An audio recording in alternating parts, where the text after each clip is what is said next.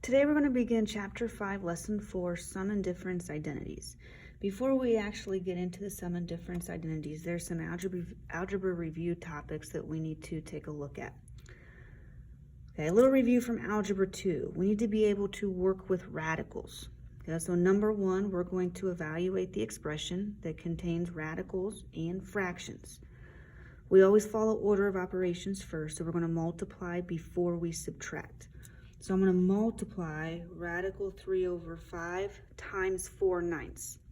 Multiply fractions by multiplying straight across. 4 times radical 3 is 4 radical 3. When we have one number within a radical and the other is not, we just smush those two numbers together. In the denominator, 5 times 9 is 45.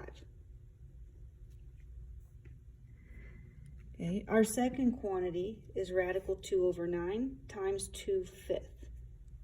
So I'm going to take radical 2 times 2, and the numerator is 2 radical 2.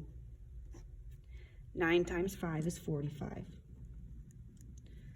So in my problem, I have two fractions separated by subtraction, but they have a common denominator. So I'm going to write this as a single fraction. My denominator will be 45. And we combine the numerators together. I have 4 radical 3 minus 2 radical 2.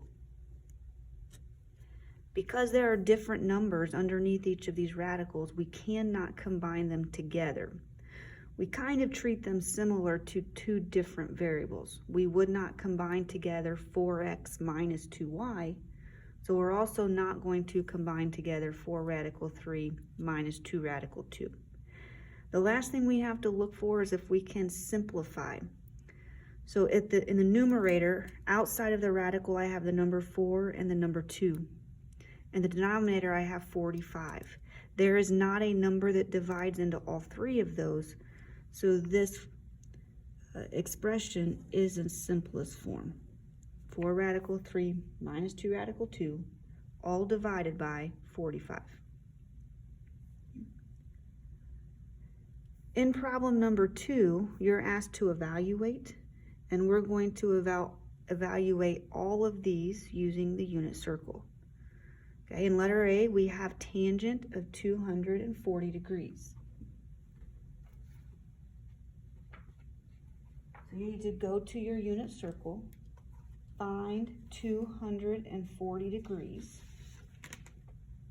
and determine what tangent is. So if I have my unit circle, here's 240 degrees at 4 pi over 3. Tangent is sine over cosine, which is equal to radical 3. So the tangent of 240 degrees is radical 3. Letter B, we have sine of 120 degrees. So I'm going to go to my unit circle. 120 degrees is in quadrant 2. Sine is the y value. In this case, it's radical 3 over 2.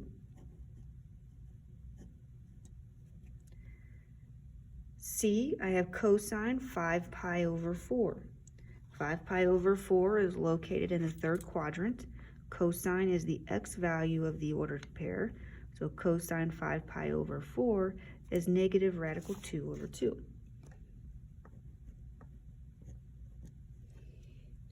Letter D, I have tangent 5 pi over 12. If I look at my unit circle and look at all of the angles within one revolution, 5 pi over 12 is not one of the angles on the unit circle. So then the question becomes, well, how do I evaluate it? Well, this is the reason we have sum and difference identities. Okay? A good majority of the time outside of a textbook, the angle measures that we're going to get are not necessarily located on the unit circle. So we need to find alternate ways to evaluate these trig functions when they're not located on the unit circle. So for right now, I cannot find tangent of 5 pi over 12, but we'll look at that in example 1. Okay, problem number 3 in our algebra review is we have to be able to rationalize expressions. In letter A, I have 4 divided by radical 8. I cannot keep a square root in the denominator. Okay. So in my denominator, I have square root of 8. Square root of 8 simplifies to 2 radical 2. I have to think of the largest perfect square that divides into 8, and the square root of 8 is equivalent to the square root of 4 times the square root of 2. Square root of 4 is 2. That's where I get 2 radical 2.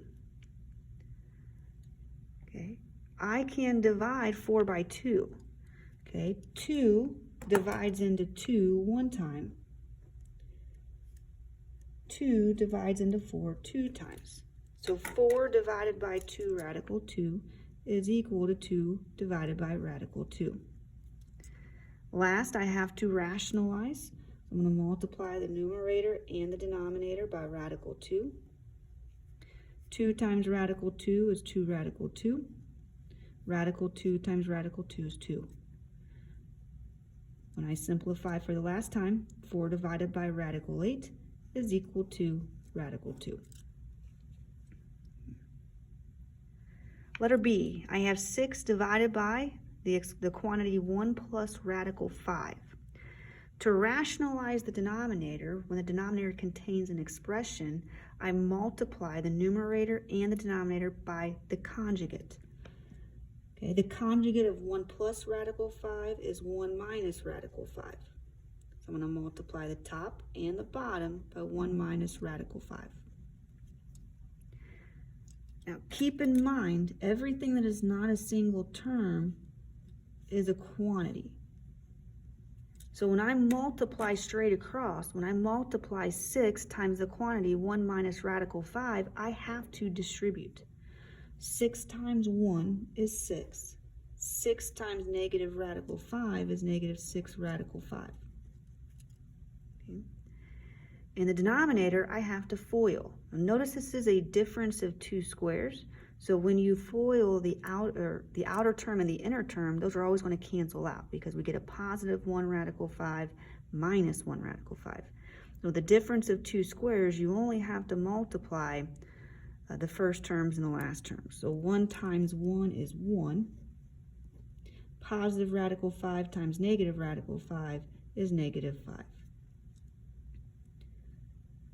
Okay, when I simplify this, I get 6 minus 6 radical 5, all divided by negative 4. Now, in this problem, I can simplify one more time because there is a number that divides into both 6 and 4, and that is 2. But I'm actually going to divide everything by a negative 2 so that my denominator is positive. It's kind of a rule of thumb. We like to keep the denominator positive.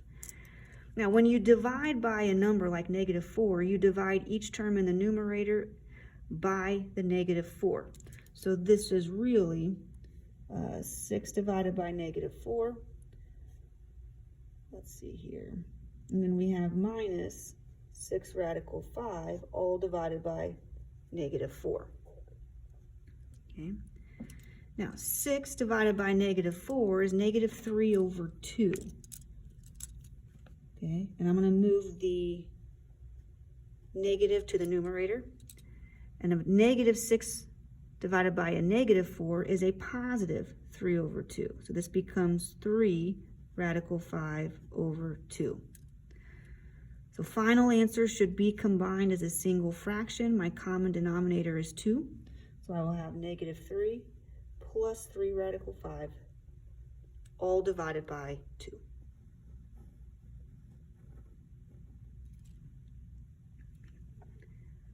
Okay, in letter C, I have 2 plus radical 3, all divided by 5 minus radical 3. Again, it's okay to have a radical in the numerator, but I cannot have a radical in the denominator. So I need to multiply the numerator and the denominator by the conjugate of 5 minus radical 3. The conjugate is 5 plus radical 3. Because each of these expressions contain more than one term, we call these quantities, and when we multiply quantities, we have to distribute or FOIL. So in my numerator, I have to distribute the 2 first, then the radical 3. So 2 times 5 is 10. 2 times radical 3 is 2 radical 3. Radical 3 times 5 is 5 radical 3. Radical 3 times radical 3 is 3. In the denominator, I have a difference of 2 squares. So I only have to multiply the first and the last terms. 5 times 5 is 25. Negative radical 3 times positive radical 3 is negative 3. Next, I'm going to combine my like terms. Numbers come first. So 10 plus 3 is 13. 2 radical 3 plus 5 radical 3 is 7 radical 3. In my denominator, 25 minus 3 is 22. Okay, last, I need to check to see if I can simplify by dividing something out of each of those numbers. But 13 and 7 are both prime numbers, so I cannot simplify this any further. And that expression, okay, simplifies to 13 plus 7 radical 3, all divided by 22.